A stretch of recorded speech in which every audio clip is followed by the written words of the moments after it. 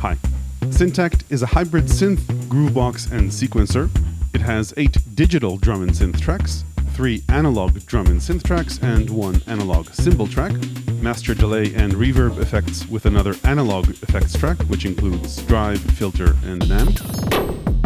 The 12 tracks can each host one of several different machines or drum and synth engines, with multiple different analog and digital engine types, an analog synth, and digital FM, wavetable, physical modeling, and virtual analog synths. Generally, these are monophonic machines per track, but one of the digital machines can play up to 4-note chords using a broad range of waveforms. Each track can also be used alternatively as a 4-note polyphonic MIDI sequencer, including up to 8 lanes of CC parameter controls.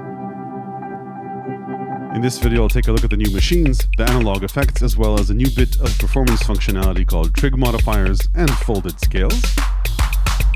Not to mention recap how Elektron-style sequencing works in case you're not familiar with it. I'll also play all of its preset patterns at the end, and post a sample pack with a taste of all of its machines on my Patreon. Before I start, a quick disclosure: Elektron sent SYNTAKT over for review, but as always, they have no say over the content of this video. This channel is funded by viewers who subscribe to my content and book updates on Patreon, YouTube Premium and ads, and price check affiliate links in the description, which help the channel regardless of the product you choose to buy. Okay, let's start with an overview. If you're familiar with Digitact and Digiton, you'll feel right at home using SYNTAKT as far as the sequencing workflow goes, and you'll need to worry a little bit less about how to pronounce its name. But the synth guts are entirely different. It has 8 digital voices and 4 analog voices, which can load up a few different machines. The digital tracks are identical and can load up one of 10 different machines, or be used as a MIDI sequencer. The analog tracks are slightly different. These 3 are identical and can load up any one of these machines. We'll go through these later. And be a MIDI sequencer. And this track, the cymbal track, the analog cymbal track, can load up one of these machines. These machines are simplified synth engines with up to 8 parameters, sometimes fewer. Most of them have recurring parameters like tune, decay, and drive. Another common parameter is punch or accent. And then there are several others that help you shape their sound. I'll go over these in a bit. Like in other Elektron gear, you have additional per voice common sound design controls. So let's say this is the dual VCO synth. And then on the analog tracks, you have an additional analog filter with its envelope, and an amp with its envelope, and 2 LFOs. And same goes for the digital machines. They also have a filter envelope, an additional bass width filter, and again, an amp with an amp envelope, 2 different envelope shapes, and 2 LFOs. The LFOs, by the way, can be used as envelopes, and whether they're envelopes or an LFO, they can be pointed to a whole bunch of different LFO, synth, amp, and filter parameter destinations. Continuing the overview in terms of effects, SYNTAKT has the usual master delay and reverb. These are master effects with sends on a per track basis. And then on top of these digital send effects, SYNTAKT has an analog effects chain with drive, a multi-mode filter, and amp control with its own sequenceable ducking envelope for sidechain-like effects. Unlike the digital effects, which are sends, the analog effects are an insert, and you choose which tracks you want to be fed into the analog effects block and which you don't, and you can also send the delay and reverb into the analog effects block, as well as audio coming in the external input. Speaking of connectivity, SYNTAKT does indeed have 2 inputs, which can be used as a stereo pair or as mono inputs. You've got control over level, effects, sends, and panning for audio coming in the external input. You've got 1/4-inch balanced outputs, a headphone output, 5-pin MIDI in, out and through, USB for MIDI, class-compliant audio, and overbridge, and it comes with its own AC adapter. Overbridge has the added benefit of letting you stream audio in parallel to your audio interface as opposed to replacing it entirely with SYNTAKT as an audio interface, or forcing you to combine this and another audio interface in an aggregate device, which can be a nightmare to manage. Overbridge also lets you access many of SYNTAKT's functions real-time as a plugin. You don't have to use it, but it's a nice way to learn the machine, at least initially, to get an idea of what's going on. And it is easier to manage the sound pool using this as opposed to the small screen. Speaking of sounds and patterns, as far as the overall data structure goes, music you make lives in projects, where each project can have up to 128 patterns, 16 patterns in 8 banks. Each individual pattern, so let's say go into this one, contains 12 sequences for the 12 audio tracks and potentially another sequence for the effects track. And the entire project, meaning all the patterns, share a sound pool of 128 sounds. Now, you're not limited to those 128 sounds in your project. The machine can actually store over 2,000 sounds on board, and you can customize the sound per track. The sound pool is used for sound locks to swap out sounds on a per step basis. So if I wanted to create a sequence where, for example, this sound plays on this step, and this sound plays on this step, and so on, different sounds per step, you have 128 sounds available for sound locks across one single project. There's a pretty large internal drive, though, and you can store multiple projects on it. Like its siblings, all patterns also have a cool temporary storage option. So you can mangle your pattern in multiple different ways. And if you're unhappy with what you did, just hit Funk No, and everything goes back to normal. And if you like what you hear, hit Funk Yes, and it stays. In terms of just overall layout, controls, and workflow, if you're not familiar with Elektron gear, the 16 buttons on the bottom are called Trig keys. They're not velocity sensitive and have a few modes. You can use them to select the different tracks. You can also select tracks silently by hitting track. They can also be in keyboard mode, function keyboard, where you can play chromatically, and with a fun twist, if you long press this, you can fold the keyboard into any one of a number of scales. Let's go melodic minor, and get 2 octaves here, and transpose using these buttons. You can also use these trig keys for step sequencing, TR style. You can use them as mutes for the different tracks. And there are 2 mute modes per pattern and global.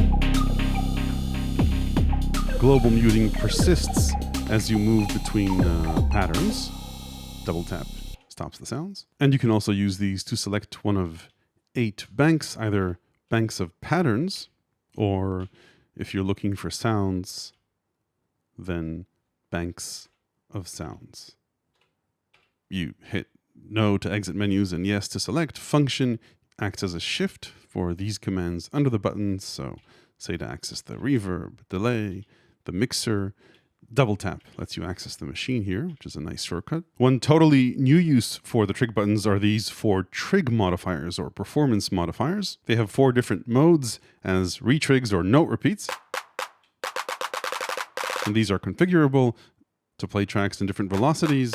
So once you select what it does, 4 levels for that, and then 2 other modifiable destinations, decay, for example, here, and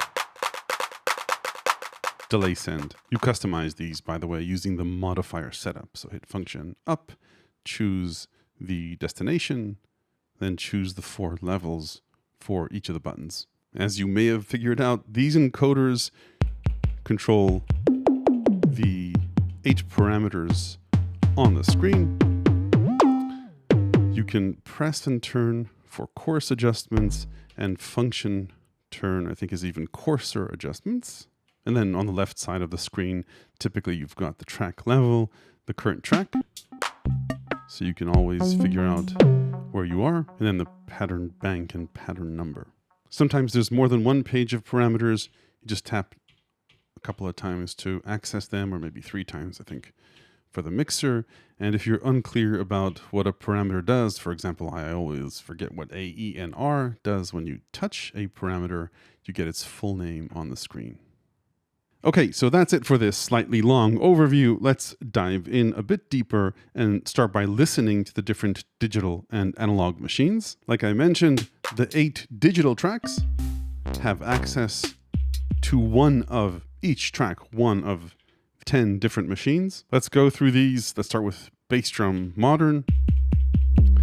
And yeah, not too shabby for a digital bass. Tunable, and of course playable. Maybe go down a few octaves.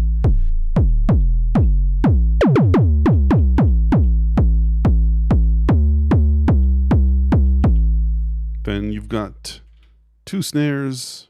Let's maybe listen to a few of these. Basic and vintage. A few parameters here as well.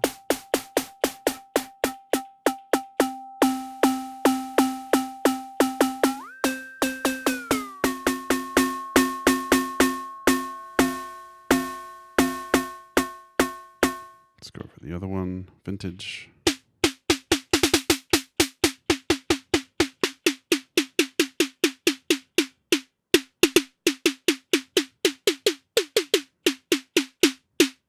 Then there's PC Carbon, a percussion synth. Usual parameters. And then a few unique ones.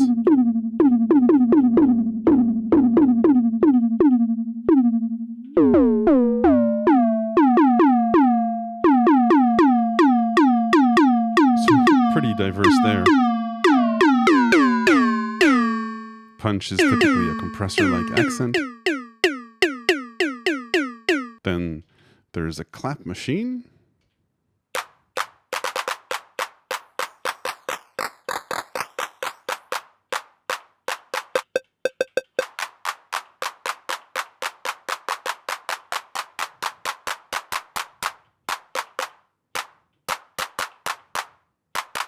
By the way, if you go into the envelope and swap it out for an ADSR envelope, the claps will repeat. So a few nice tricks you could do with that. Let's move on. Then there's Cymbal Alloy, which is a digital cymbal synth.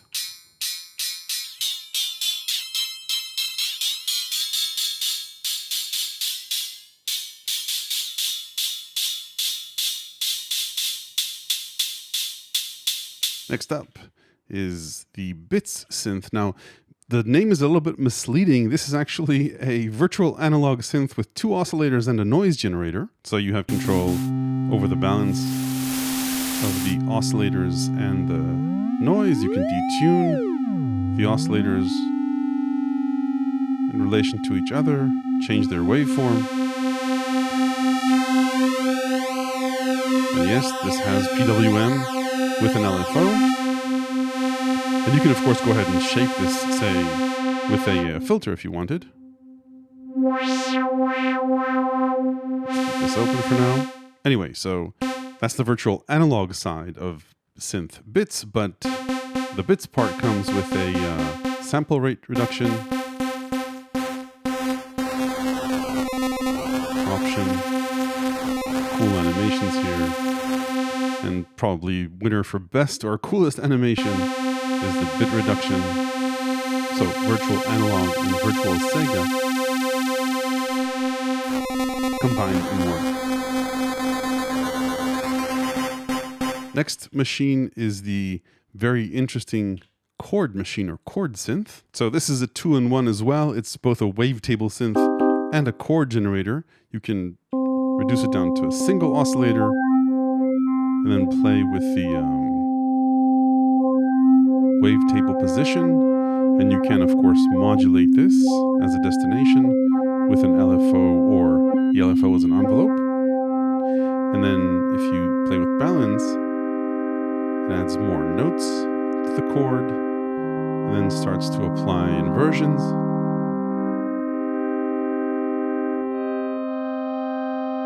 And all this is a modulatable destination as well, all of these. And then you have multiple chord types,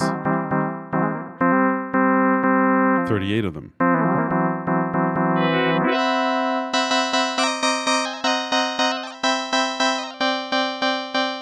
So very cool chord / wavetable synth. But wait, as they say, there's more.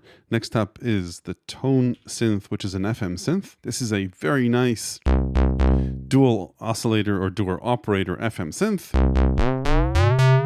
You determine the ratio. The higher it is, the higher the harmonics. And the more inharmonic it is, the more metallic it sounds. This is of the modulator, not the carrier. If you're interested in FM synthesis, and then you've got a mod depth, meaning how much the modulator impacts the carrier. The deeper the mod depth, the more harmonics.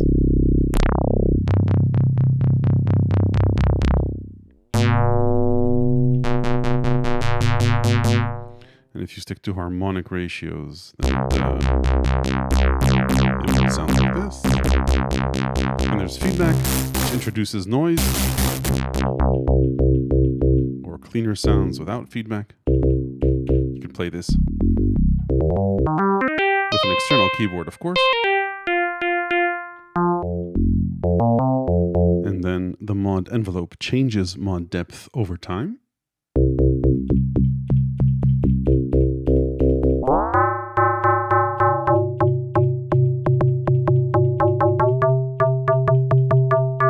Just drive and decay as usual. So cool FM synth. And then last but not least is the toy synth. This is a physical modeling style synth, meaning intended to replicate the behavior of striking real world objects. And you can change the character of the objects, how you impact them, their brightness, partial envelope, partial decay. So those are the digital machines. Let's talk about the analog machines. I won't go through all of these because there are quite a few of them. But bass drum hard, bass drum classic, FM, all of these obviously with their different parameters. So this is for analog style FM, which has a different character than digital. And yeah, so it'd be, this was actually pretty nice. A few waveforms here, a good rumble.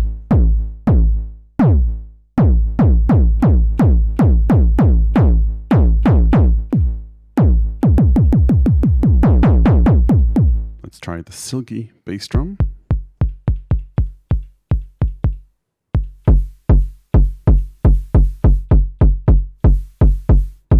So a few bass drum models and plastic, silky, sharp. A few snare models. So you listen to a few of these.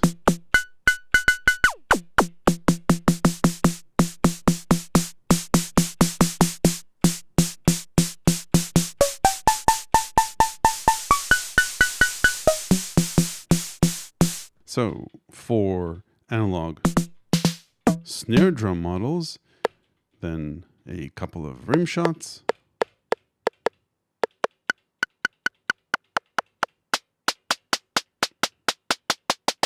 With its parameters. Then there are a couple of utilities. Noise. Straightforward. You can filter this with a high pass or a low pass. Attack and decay controls. And here we are. The impulse is just a simple tick. You can layer this with other drums or use it to ping a resonant filter. And if if you want to play the filter, you'll need to turn on filter tracking in the sound menu. Go into setup and then turn on filter tracking. This tracks pretty nicely, not perfectly, but does a good job.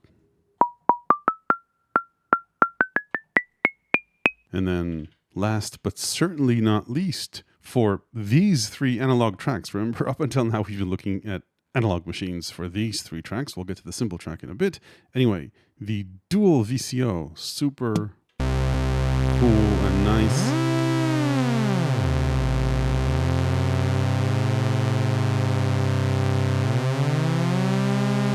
Dual VCO, you can configure the decay for each of the 2 oscillators, the balance between them. Choose one of a few shapes for each of them. So say a sine and saw. And that's the plus here means that they're added to each other. And then beside that, and choosing all the shapes, you've got a ring mod where the relative tuning matters. And then FM, analog FM, linear FM, just sounds different from digital. And finally, FM plus ring mod. If you don't have enough inharmonic noise in your life.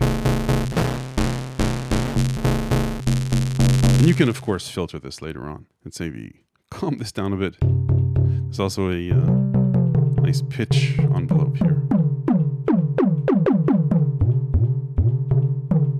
So those are the analog machines for tracks 9 through 11. Then track 12 is its own symbol synth. And yeah, there's many options here.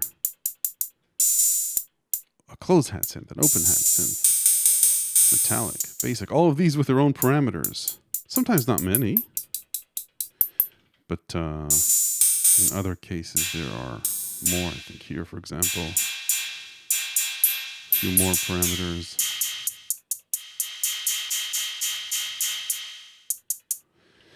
So yeah, quite a bit of these. Ride. Okay, a bunch to play with here.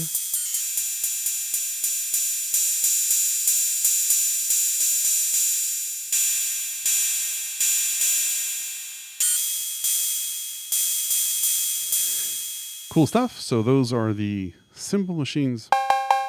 And of course, how could we do without a cowbell?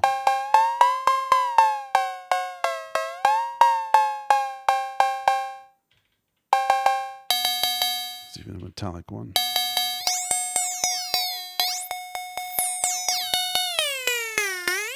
Okay, let's move on to the next new and interesting thing about SYNTAKT, and that's the analog effects block and the effects track. 2 related but separate things because the effects sequencer can also sequence the digital delay and reverb. Let's start with the analog effects. Like I mentioned, it's a combination of drive, analog filter, and amp with amp envelope. The multi-mode filter has an envelope too. And then, as I mentioned earlier, the analog effects are insert effects, not sends. So you need to choose which tracks go into them. So let's maybe pick my synth and my kick. You could also choose the reverb and the external input, but let's just go for those 2. So this is the synth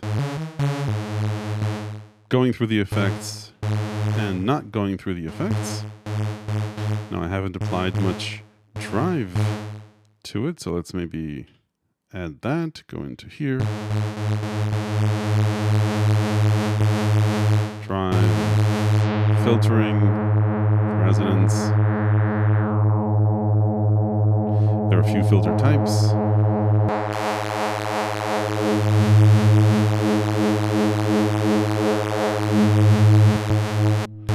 I'll go through all of these, but let's listen to the kick, maybe. Go into this track. And yeah, this is going through the effects.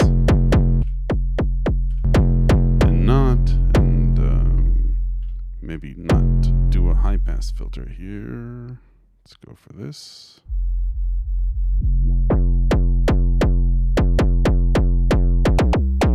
So with analog drive and without. So a great way to add warmth and distortion to some tracks or all of your tracks if you like. And like I mentioned earlier, you can also sequence the different parameters in here, and that's particularly important for the filter envelope and the amp envelope, because these won't get triggered unless you add trigs to the effects sequencer. I prepared a pattern to help demo this. What we have going here is a kick and a chord. That's basically it, but if I mute the kick, you can hear the ducking in the chord, and that's because if I go into the effects track, which I am now, and look at the trigs, you'll see that the ducking is triggered as sidechain, so no ducking, and it would be great if there was automated sidechaining here, obviously, but this is a way to sync ducking of audio going through the analog effects using the sequencer.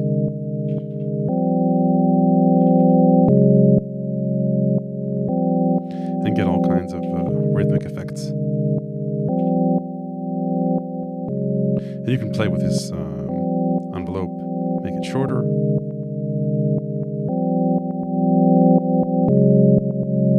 So cool stuff, the effects sequencer, and we'll talk about sequencing later on, but you can also sequence the delay and reverb parameters in the effects sequencer. Let's talk a little bit more in depth about the trig modifiers.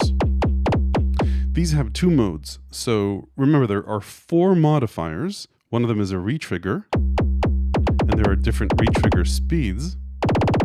Then there's a velocity mod, different velocities,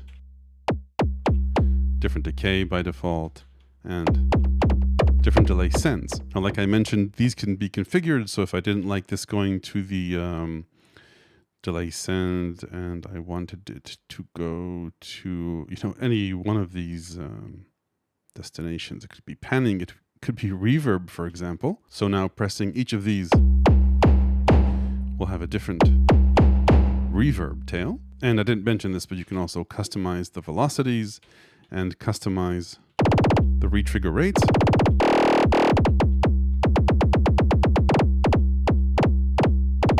Now, all 4 of these work in one of 2 different modes, either on the last active track.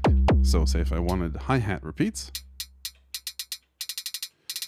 I would select the hi-hats, or, anything else, claps. But there's a second mode. If you go into here and turn trig off, then they won't automatically trigger anything, but rather you'll need to press the track to trigger the effect. And this lets you apply the effect to more than one track. So say I could go into here and apply, in this case, note repeats to multiple tracks. It would be nice, by the way, if there was a third mode where these could be applied to a running sequence. So currently, let's say if I just program these trigs,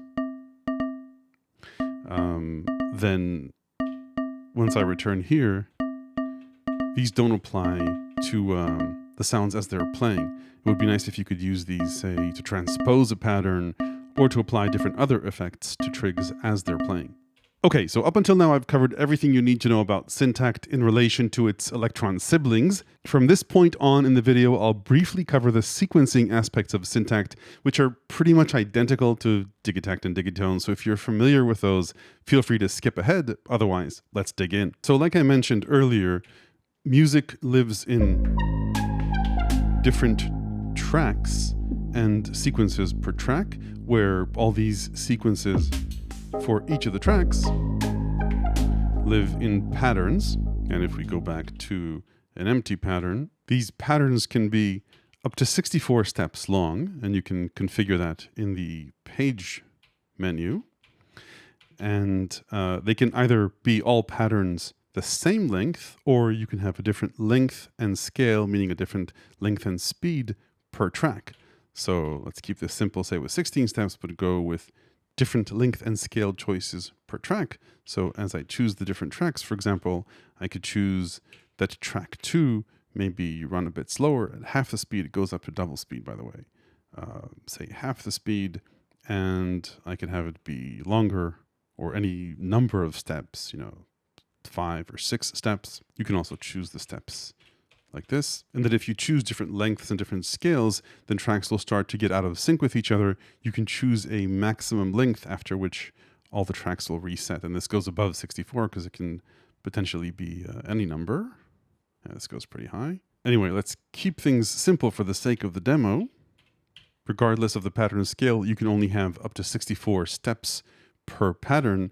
And if you choose more than 16 steps and you go into the first step sequencing mode, which is grid sequencing, then you can hop between the 4 pages of 16 steps using the page button. Let's again keep this simple to 16 steps. Anyway, there are 3 ways to sequence in notes: grid sequencing, live play, and step sequencing. You enter grid sequencing by pressing record, live play, quantized or unquantized, by hitting record and play, and step sequencing, either standard or jump, by hitting record and stop. We'll talk about each of these. Grid sequencing is simple TR style sequencing. You choose a track, hit record, and then just plonk steps into the pattern. So pretty easy and straightforward stuff. And then live play, either quantized or unquantized, lets you enter notes using either the internal keyboard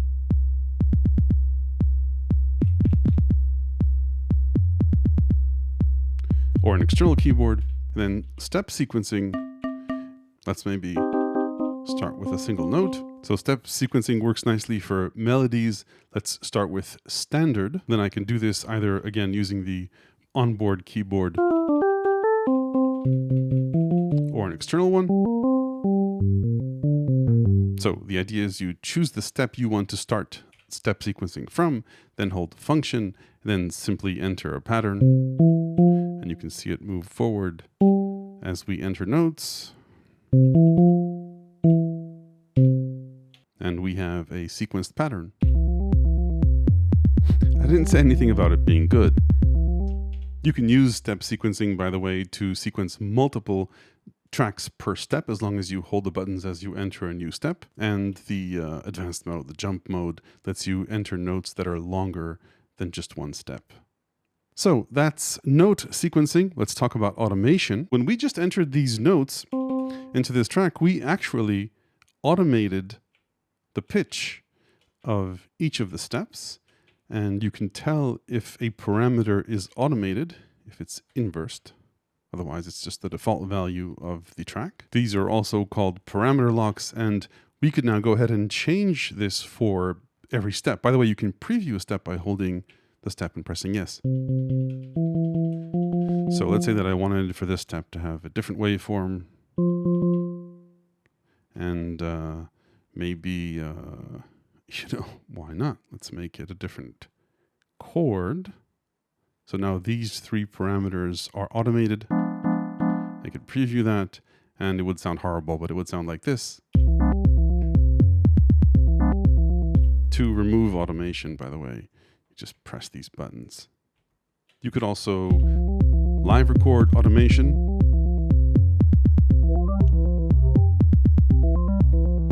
So we just basically automated changes in the wavetable for each of these steps, and steps that have automation in them blink. If you like, you can also add automation to steps that don't have notes in them by holding function and changing the values.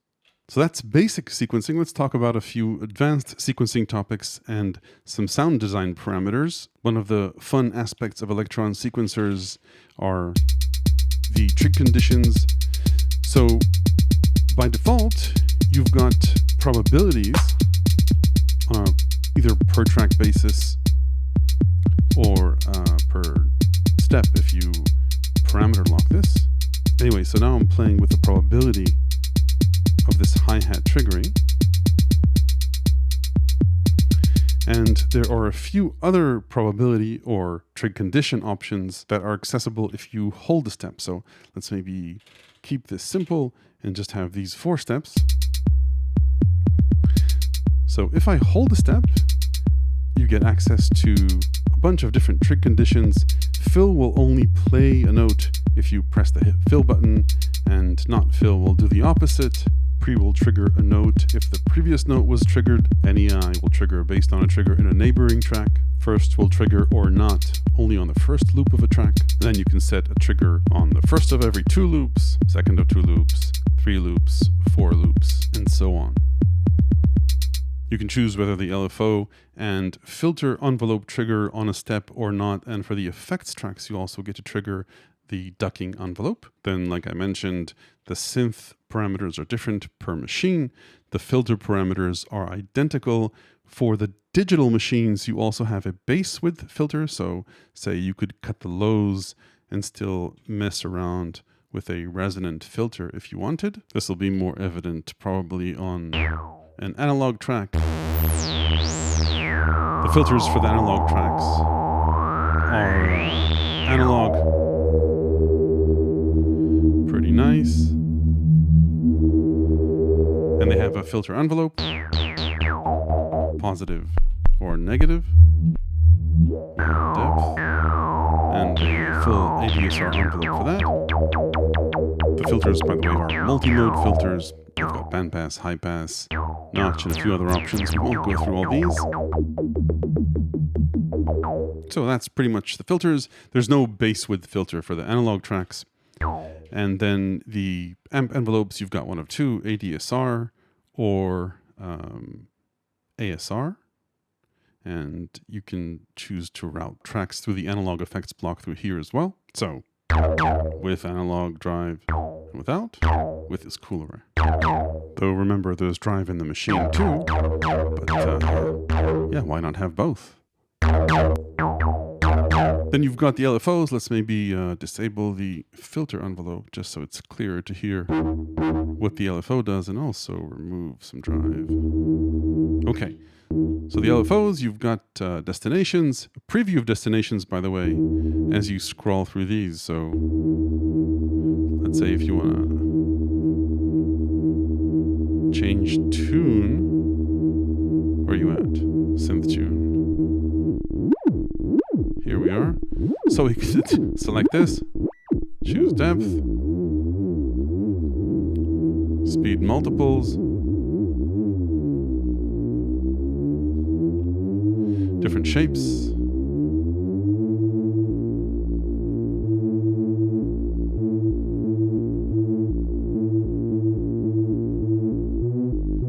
So maybe go for the filter cutoff.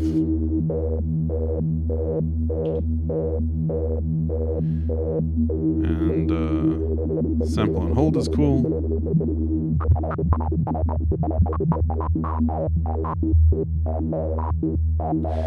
So different shapes, phase options, relevant I think for these guys.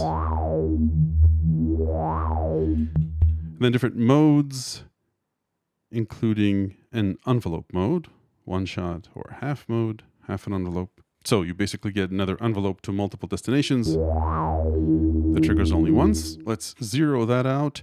You've got 2 of these LFOs, 2 different destinations, and let's talk a little bit about the effects. So like I mentioned earlier, you've got a send per track to the digital effects, along with panning. And if you want to configure these effects, then you hold function and change them. Cavernous reverb, pretty nice. Frequency controls. And then the same goes for the delay. Different parameters here. Timing, tempo synced or not. So this is how you get a tempo sync. Say of dotted eighths. Feedback easily goes over 100, so be careful. And digital effect sends are controlled on a per track basis, so you won't get any effects on tracks that don't have a send to either the reverb or delay assigned to them. So let's keep going down the signal path, talk about the mixer. You've got levels for each of the 12 tracks, and the delay return and reverb return, the analog effects. And on page 3, we've got control of the external input, which is as good a time as any to talk about MIDI sequencing. So let's prop this little guy somehow here. To sequence external gear, you need to sacrifice either one or more of the analog or digital machines, preferably not the cymbal machine. And I've created a pattern here to demo this. And you can see that I'm in the mixer. You set the level for the incoming audio, and you can apply effects to it. And what I've done is I've gone ahead and swapped out the machine on track 8 for a MIDI machine. You can see, by the way, which machines are MIDI machines quickly on the effects block routing. Anyway, back to the MIDI machine. You choose a channel you want to broadcast on. You can also activate various program change options, pitch bend, aftertouch, mod wheel, and breath control, and it will just play your external device. You can play this with a keyboard or with an external keyboard. Speaking of which, it's set to control the active track now, but you can set different MIDI channels for different tracks. And then you've got 8 CC controls. So I've gone ahead and activated 2 of them, and I used MIDI Learn on NanoBox to learn this value to the position on the sample, and then value 2 for width. And you can automate these. So this is particularly useful for synths that don't have an onboard keyboard and many onboard controls. You can now map 8 parameters, if you like, to 8 different parameters in here. Let's talk about a few more things before we head out to the pros and cons. I already mentioned sounds and the fact that you can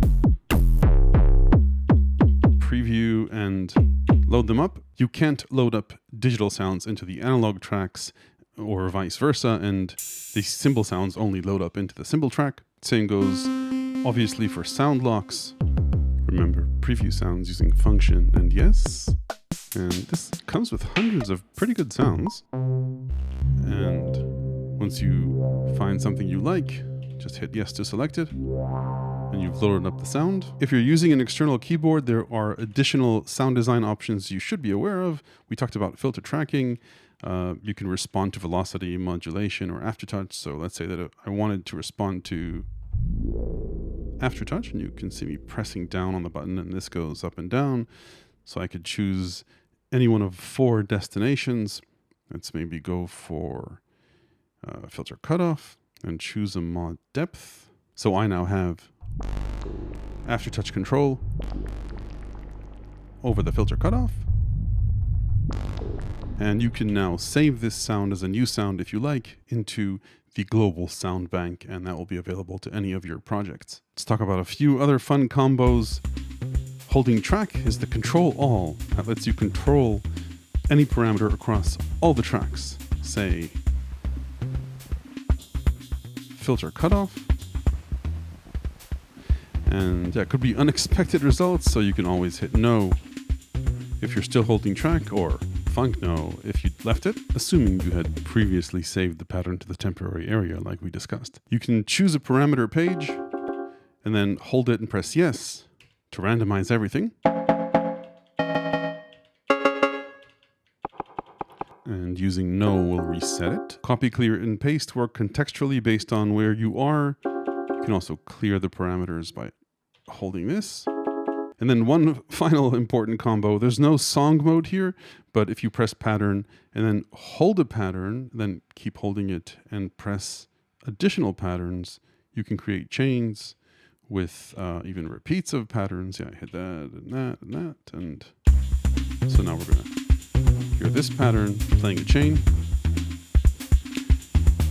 And it's going to swap out to the next one. It's better if they're related, obviously, which is not the case here, but you get the idea.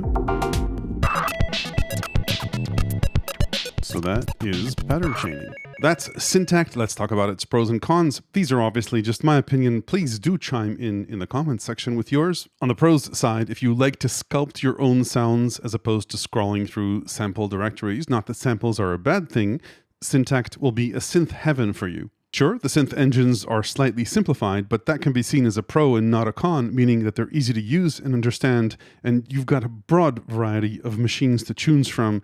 Analog synths, analog drums, virtual analog, FM, wavetable, physical modeling machines, all in one place and very easily accessible and immediate. That's quite a synth package in one. The analog effects are a nice addition to quite literally warm things up, and the digital effects are useful as usual. And the additional sound design features on top of the synth engine, meaning the filter, the amp, their envelopes, and of course the two LFOs with their multiple destinations, play with these and the synths as destinations, and there are quite a few expected shenanigans or unexpected surprises that can happen here.